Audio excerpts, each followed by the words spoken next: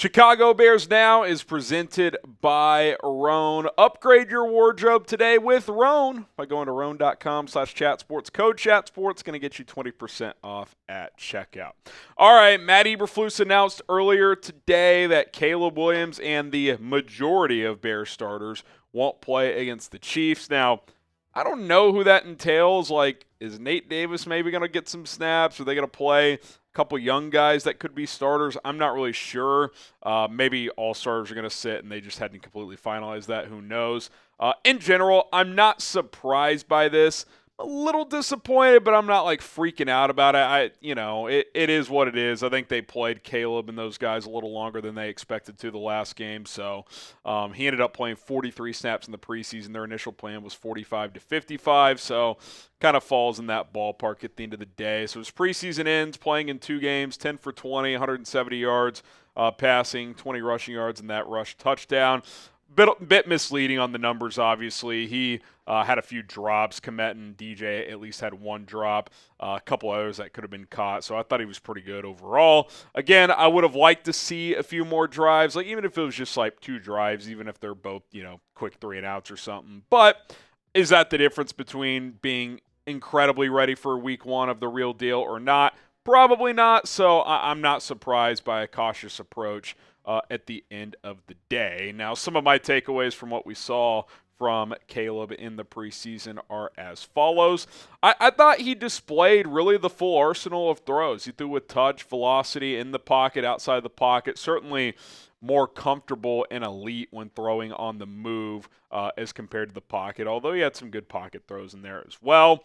Definitely the pocket awareness, which was something elite coming out of college, feeling where the pressure's coming from, bailing out when he needs to, stepping up when he needs to.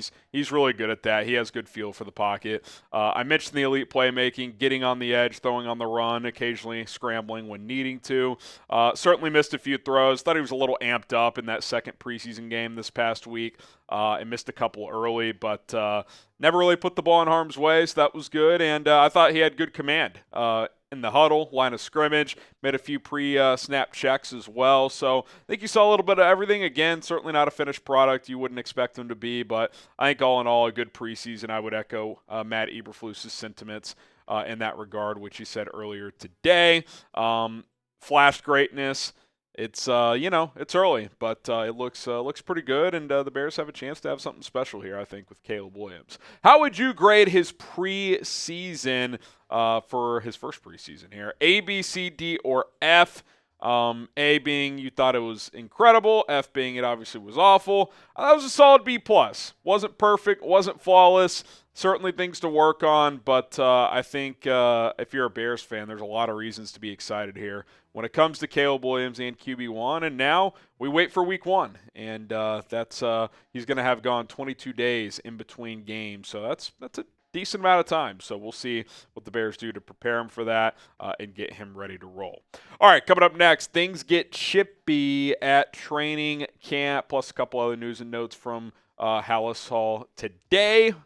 First, Roan rocking one of their polos right here. It's hot as hell right now in the summer, and you got breathable, flexible material from Roan. Go check it out today, roan.com/chatsports, code chatsports.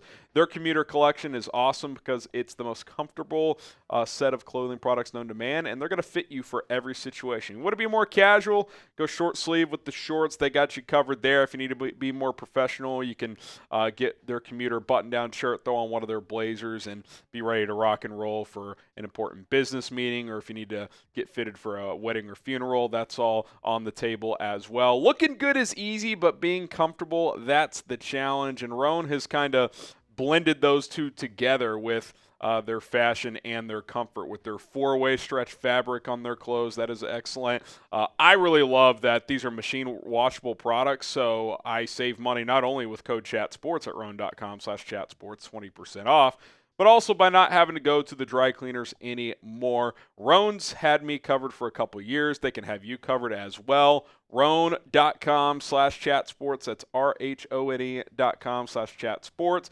Get started with Roan today and upgrade your closet. Fight, fight, fight! That's a little bit of what happened at training camp today. multiple skirmishes breaking out at today's practice, as Courtney Cronin kind of broke it all down right here. She said that tempers flared. Ian Wheeler got hit by Javon Dexter. Skirmish ensued. Next play, Velus Jones got tackled to the ground. Either, I think it was TJ Edwards. Someone else tweeted as well. Javon Dexter, Montez Sweat were in the mix in both of those plays. Helmets were flying off. Cole Kmet was in the middle of a skirmish. Guys all over the place. And she called it more of a fight than a skirmish. So my first thought was, man, that'd be sick if that made tonight's episode of Hard Knocks. I highly doubt that gets turned around in a handful of hours here. But I think more so, we've kind of reached the point of training camp where, and you see this across the league, this isn't a big deal. You got 85, 90 dudes, high testosterone running. But you're weeks into camp and you've practiced each other every day. You're getting a little tired of each other. That's normal. That happens. That's expected. I do need this on Hard Knocks though. I would guess it's probably more likely next week. Now, again, Bears get final approval on a lot of this stuff, so I don't know if that will make the episode, but hopefully it does, and that would be absolutely electric. But, yeah, it's I think you're getting to that point where, especially the Bears, who started camp earlier than most because of the Hall of Fame game, some fatigue in terms of practicing the same guys every single day starting to set in a little bit, but got to brush past that because you're preparing for week 1. All right, subscribe and join us because we'll be live after Hard Knocks tonight. Should have the audio issues worked out, so join us at 9 o'clock Central Time tonight, roughly. If the episode's longer or shorter, we could obviously adjust the start time there, but if you have those noties turned on, you'll know exactly when we go live here on youtube.com/BearsNow. All right, Kevin Byard did not play in the game on Saturday and has not been practicing the last couple of days because he has a soft tissue injury, according to Matt Eberflus, who seemed to think it wasn't that serious. And listen, this guy, a big reason I like the signing is his durability. These are the first missed practices of his career, and he's 31 years old. Now, technically he missed one practice a few years ago because he was attending the birth of a child, but he's never missed a practice due to injury. He's never missed a game due to injury, so certainly something to monitor here. Want to stay on top of it, but I would be stunned if he wasn't ready to go week 1, given his track record, given his health situation over the course of his career. And with how the secondaries looked early on, Brisker's back and practicing. That's a good sign. If him and Byard are healthy and back there with the corners in this room, that's really, really good. Now, I will say, I thought Jonathan Owens looked pretty damn good against Cincinnati, filling in there for really playing both for Brisker and Kevin Byard because they were both out. Owens looks the part of a number 3 safety. He's spent a lot of time as a starter in this league, so I think top 3 is pretty good there. And again, I just continue to harp on, I think the secondary is the strongest and deepest position group on this football team. Little rapid fire, some other practice takeaways. Montez Sweat back and healthy. He's had a hell of a camp in the backfield all the time. I expect big things from him this year.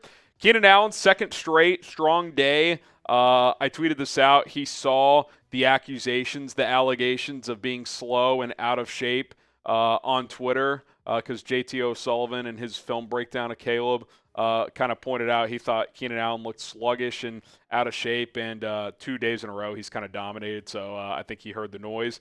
And Gerald Everett had a nice toe-tap touchdown in the corner of the end zone on a 4th down in a situational drill, so good execution there from the offense. All right, who's ready for week 1?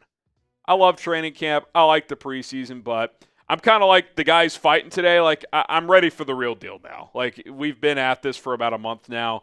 Let's get to September 8th. Let's get to Soldier Field and get the Titans taken care of. And then, because week 2 at Houston, that's going to be one of the games of the year in the month of September, at least, between Chicago and Houston, in my opinion. Spam me if you're ready for the real shebang to be here.